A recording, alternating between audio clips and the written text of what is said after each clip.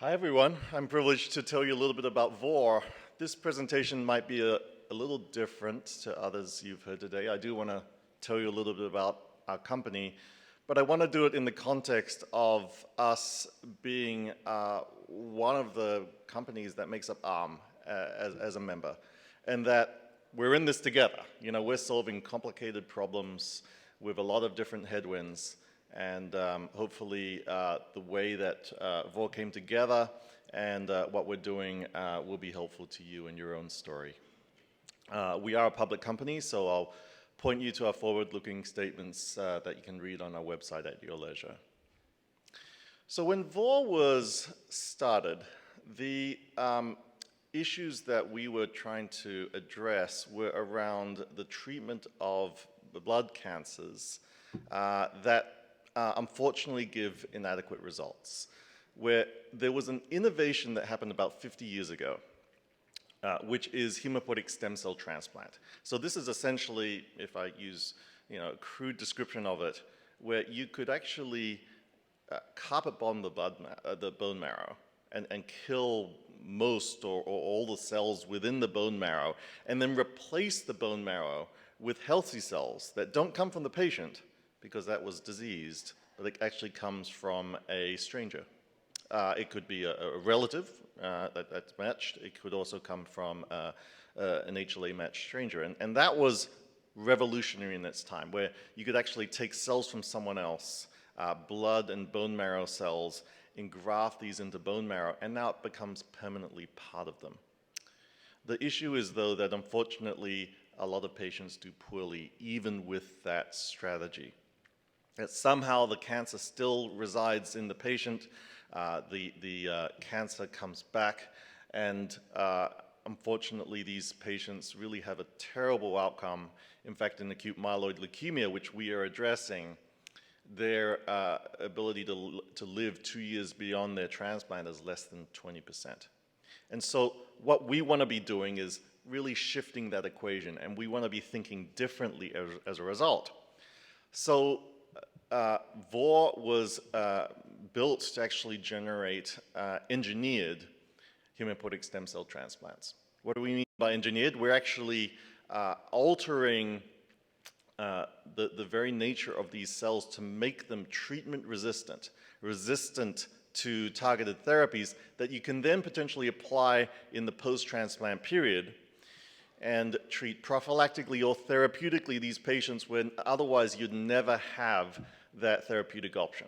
And hopefully we can aim for prolonged remissions and or cures in this post-transplant period. So how are we doing that? We're doing that by assembling 3 different platform elements. The first is we've got to figure out the right targets.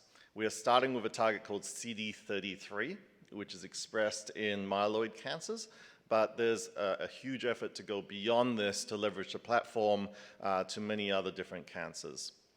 And the lens that we put on this is that we can either modify or eliminate the protein target without doing harm to these hematopoietic stem cells. And I'll get back to this in a little while. The second element to a platform is we have to engineer the DNA of these cells. We have to modify these cells in a very efficient way that renders them treatment resistant. And so we have a lot of expertise in Cas9 and Cas ortholog enzymes and even base editing approaches that allow us to permanently manipulate these cells. And lastly, we really need to understand cell biology. That's not just from HSCs, but also for CAR-Ts, which we're working on as well, and really understand how we're manipulating these cells to maintain their stemness and give the best therapies for patients.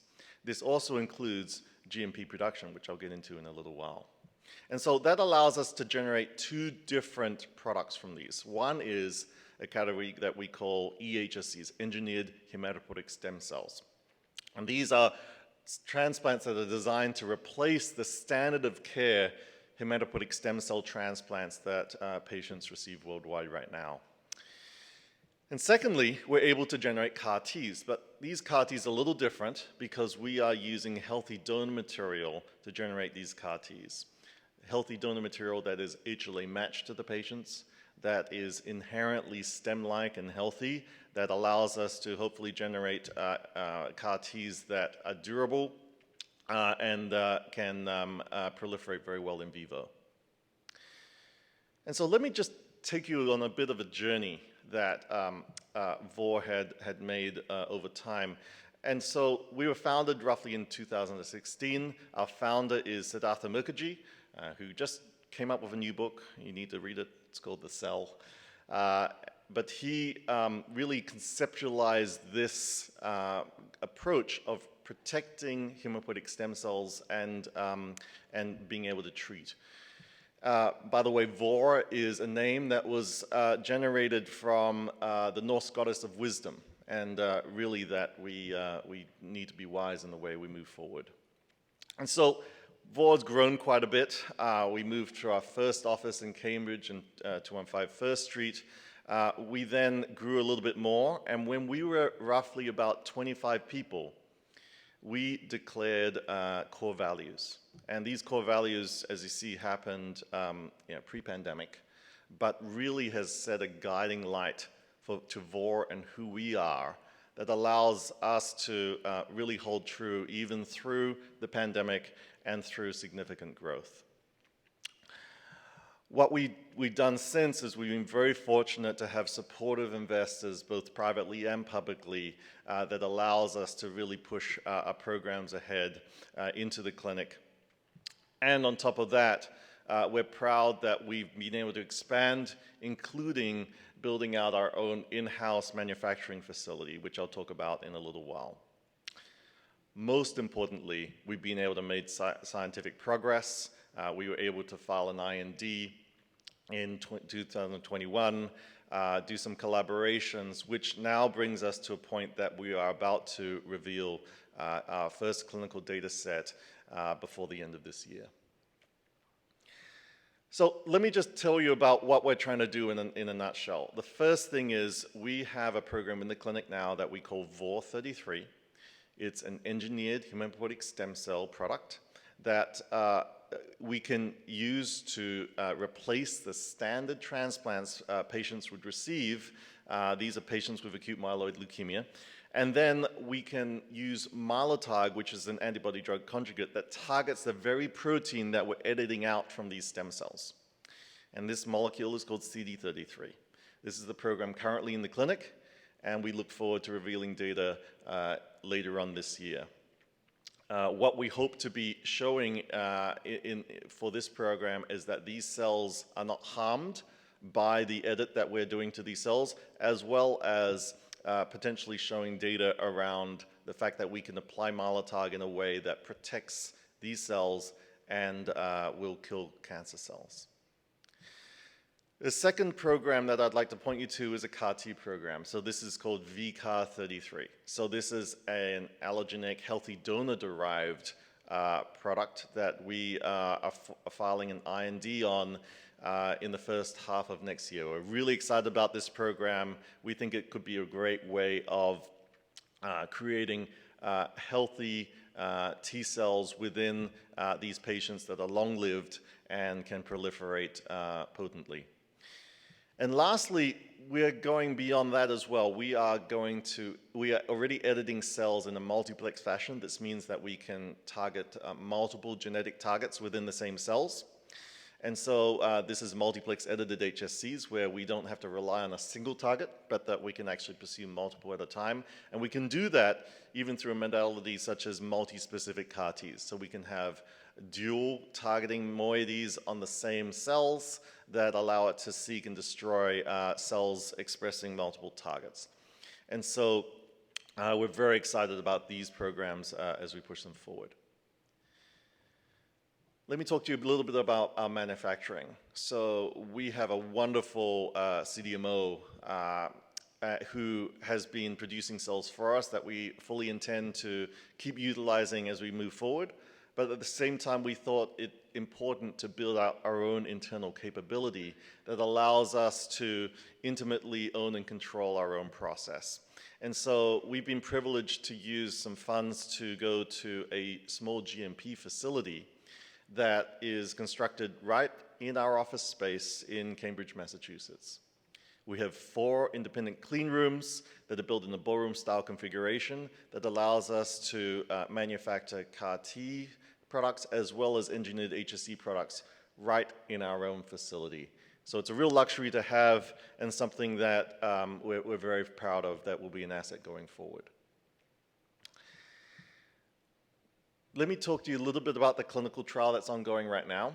Again, this is VOR33. It's an engineered hematopoietic stem cell transplant that is manufactured from healthy donors. So just like in a regular transplant, you would use a matched donor. It could be a sibling, it could be a stranger that is HLA matched to the patient. And instead of receiving that transplant unmanipulated, it is going to our manufacturing facility, and then we are editing out CD33 from these cells.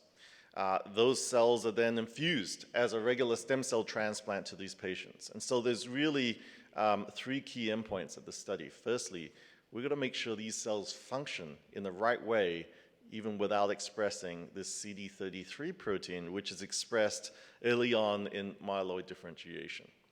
And so engraftment, short-term engraftment is measured within day 28 of transplant. You're really looking at neutrophil and platelet recoveries, and that will be the data set that we'll be revealing later this year.